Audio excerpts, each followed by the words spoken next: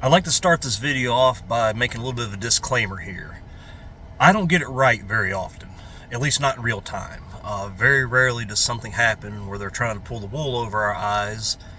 I might be able to say, yeah, they're pulling the wool over our eyes, but to determine exactly why they're doing it and what the situation is, usually I miss it at first. Looking back on it, I can usually say, oh yeah, there's all the signs right there. I should have known, but that's it's pretty rare that I ever get it right like this. So if this video comes across like me bragging about getting it right, I really don't mean for it to come that way. I'm certainly not bragging on myself, because this is definitely the exception rather than the rule.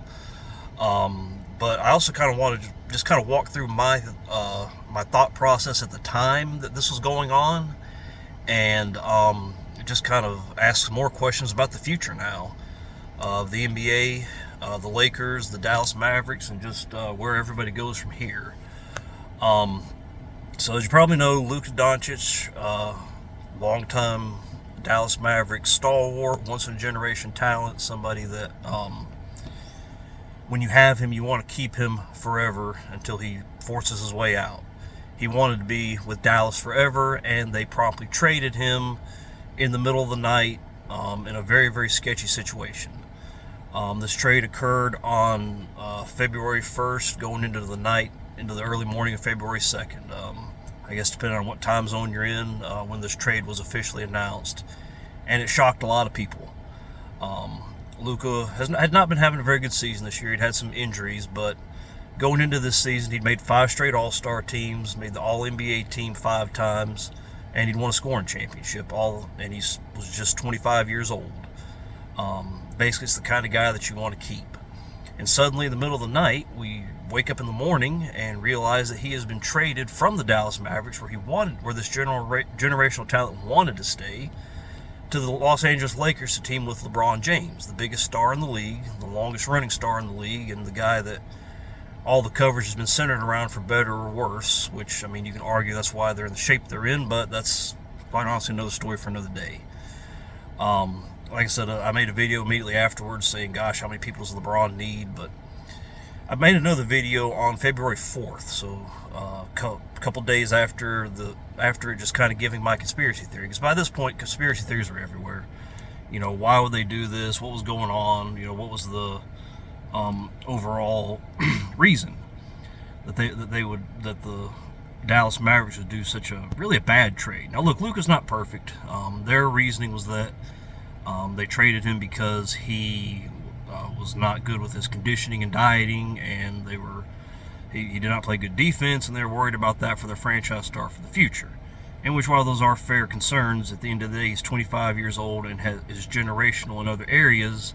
You would have to think that he can eventually get his stuff turned around and realize, okay, I need to get in shape, I need to eat better, and I need to start taking defense more seriously. So that didn't make a lot of sense. In the wake of their playoff loss, it makes a little more sense. But at the end of the day, this trade went down without the Dallas consulting anybody else other than the Lakers, getting in return Anthony Davis and a first-round pick in 2029. Those are the important ones.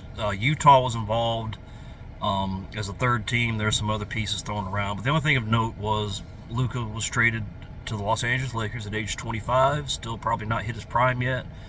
And Anthony Davis, who's on the downside of his prime, great two-way player, had a career of getting injured often, and he got injured shortly after he got there. He went to Dallas, and you just had to wonder, why did Dallas do it, and why did they do it like that? Why did they not shop Luka around? Why did they not see what was the best possible package they could get? Why did Nico Harrison, GM for the Mavericks, only consult the Lakers and basically consult the Lakers in private?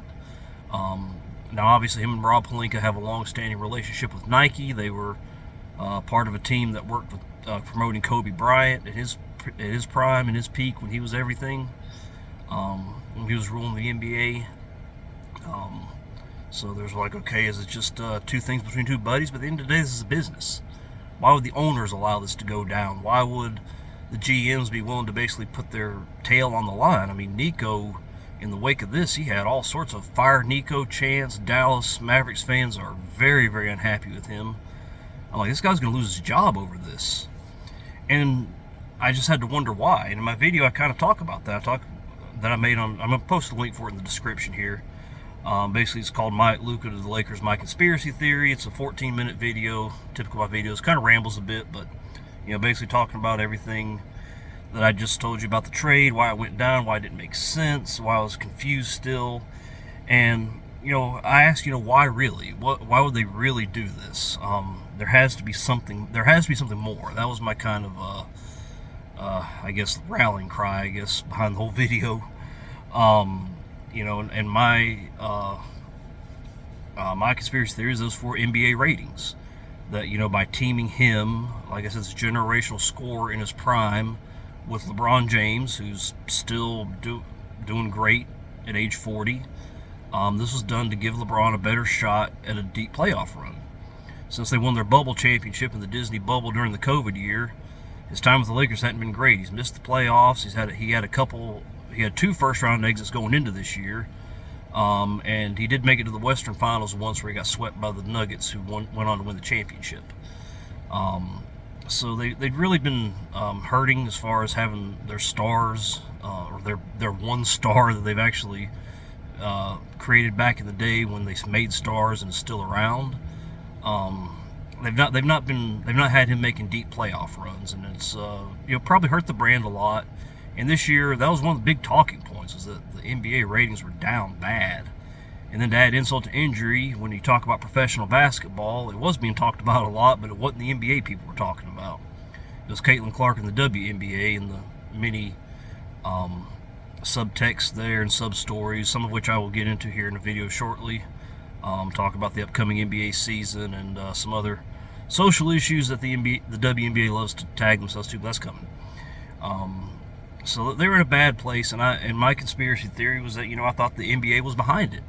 I thought they needed this to happen, and they talked to them in order to get this to happen, because it just seemed so shady that the Dallas would only speak to Los Angeles, and that no other teams were even brought into this. Like I said, Utah was the 3rd team, were basically trading other pieces and getting other pieces in return.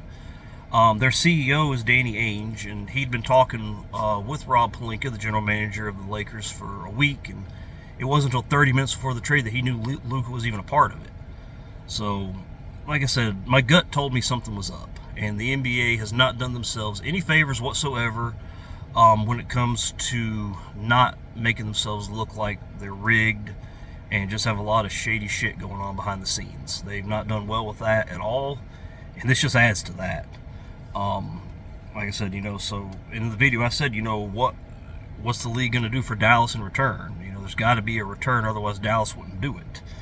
And oddly enough, at about the 7-minute mark, I started talking about that, and I said, keep an eye out for the future. What if they wind up in the lottery with, and I just threw this number out there, like 1 to 100 odds. This year they had a 1.98% chance of getting the number 1 pick. So what if they had like 1 to 100 odds for getting that number 1 pick? And what if they just magically got it?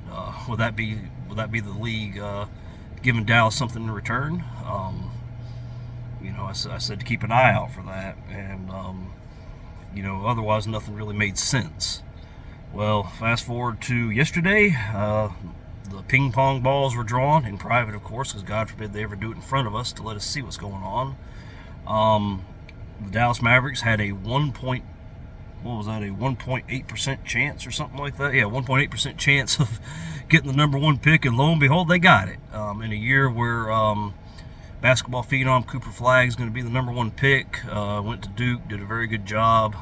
Kind of flamed out in the Final Four, but most Duke players do. I'm just going to say it. This might be my Tar Heel bias speaking, but most of the players that do something in the NBA kind of mess it up while they're at Duke. So, but that's just like I said. So with this coming year, they have, pretty obviously been granted the number 1 pick by the NBA. To me, that just shows the NBA was behind it. It was an effort to get ratings up, which failed because LeBron and Luka couldn't even make it past the first round. They couldn't get past 5 games. They won 1 game and bowed out in the first round as the 3 seed to the 6 seed. So that just shows, that's way too much of a coincidence to act like there wasn't something going on behind the scenes and that something wasn't promised to them. And my question now is, where does the NBA even go from here? I mean, they did this to drum up interest, to have LeBron make another deep playoff run at age 40, go for that 5th ring to tie Kobe, and then next year they could, say, okay, he's going for 6 to tie Michael. And they couldn't even do that. But, Dallas did give up their franchise piece, so they needed something in return, so the NBA basically had no choice. Dallas barely got in the lottery. They made the play-in tournament, won the first game against Sacramento, and then lost against the Grizzlies. I didn't watch that game, but it'd be interesting to see if something happened there that they needed to take part in to lose that game and get in the lottery and get a ping pong ball, even if just one. Which I don't know how that works, but or how they say it works. Obviously, they traded. When they traded Luka, they were 26-23. The Mavericks were. They lost the first 2 without him. I don't know if Anthony Davis was immediately available. They then went on a 5-1 stretch, and things were looking up, and then the wheels kind of fell off. They went 2-11, including a 5-game losing streak. They bounced back to go 5-2, and then they lost 5 of their last 7 games, including 3 in a row, and their last one to put them in the playoffs, or put them in the not the playoffs, put them out of the playoffs and into the lottery. With this play-in tournament, which even that doesn't make a ton of sense to me. So my question is, does the NBA even care anymore? Or have they ever cared about how it looked? Are they just gonna say, yeah, we're gonna piss down your back and tell you it's raining and you're gonna like it? Do they really think we're that stupid? Are they that arrogant to think that their very obvious plan would be not obvious to us? I mean, even if it was going on, I think the reason that you didn't hear more people say it like I said it is I think a lot of people assume the NBA would at least wait a year or two before having these returns come to Dallas of some sort, and they didn't think it would be quite this obvious, and they have good reason to think that. So again, I don't want to pat myself on the back. I probably jumped the gun, to be honest with you, and it just happens the NBA's that shady, that arrogant, or that all the above. And that's why this happened. So, horrible look for the league in what seems like decades of horrible looks. Looks like everything's being controlled behind the scenes. Looks like, nothing is what it seems. You just have to wonder. I don't know how many years ago it was, 15, 20 years ago, when Tim Donaghy turned out an official was betting on games and was tipping the scales in those games, including playoff games, and was hunted down by the FBI. And of course, he was immediately. The NBA said, yeah, he's one person acting alone. We've done our investigation. We're satisfied he's the only person acting alone. Please look away now. And my question is, even back then, like I said, we're talking late 2000s, mid 2000s. Was anybody really surprised that happened with the NBA? I guess you might be surprised a little bit. Was anybody shocked or stunned that was going on? The NBA's just had such a long history of just doing some really shady shit behind the scenes, and now they do it again. So I don't know what to tell you. The NBA is going to go down the exact same road NASCAR went down. They lost all legitimacy. They lost all favor from their fans. They didn't listen to the fans. They were arrogant about it. They just said this is how it's going to be. They tried to feed a bunch of crap down our mouths, and now it's a shell of its former shell of what the sport once was. And the NBA, if they think they're too big to head down that same route, they're wrong. I think the ratings have shown this year people are willing to tune out, and right as they're just starting to get some goodwill with some pretty exciting playoff stuff going on. The playoffs have been pretty exciting, pretty interesting. Who would have thought the Nuggets, who are Jokic and nobody else, would be tied 2-2 with the juggernaut Thunder? Who would have thought that the Boston Celtics would have gone down 0-2 at home against the New York Knicks with the healthy Jason Tatum, which doesn't look that way anymore? Who would have thought that the Pacers would be up 3-1 over the Cleveland Cavaliers, who were about the only team that seemed to be keeping any kind of pace with the Thunder? And who would have thought Golden State would have made it to the second round?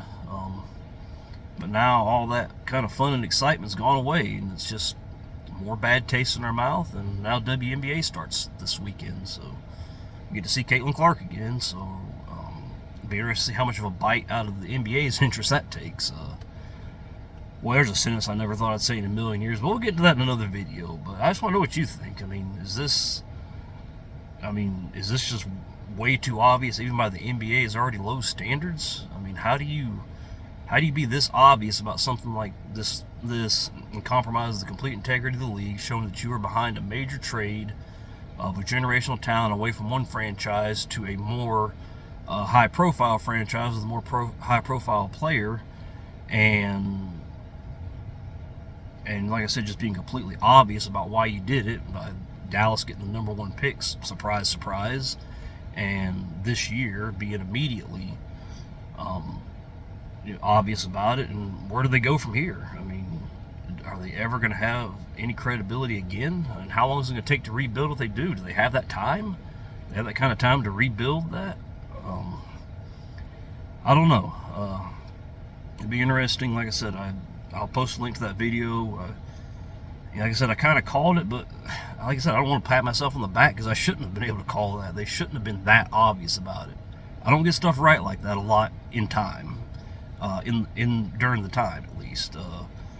And the fact that I did, that's a damning indictment on the NBA and Adam Silver and everybody behind the scenes there. The fact that I could call that and that they're going to be that obvious about it, that's not good. So, love to hear what you think. Where does the NBA go from here? So, thanks for tuning in and watching, and I'll talk to you guys later.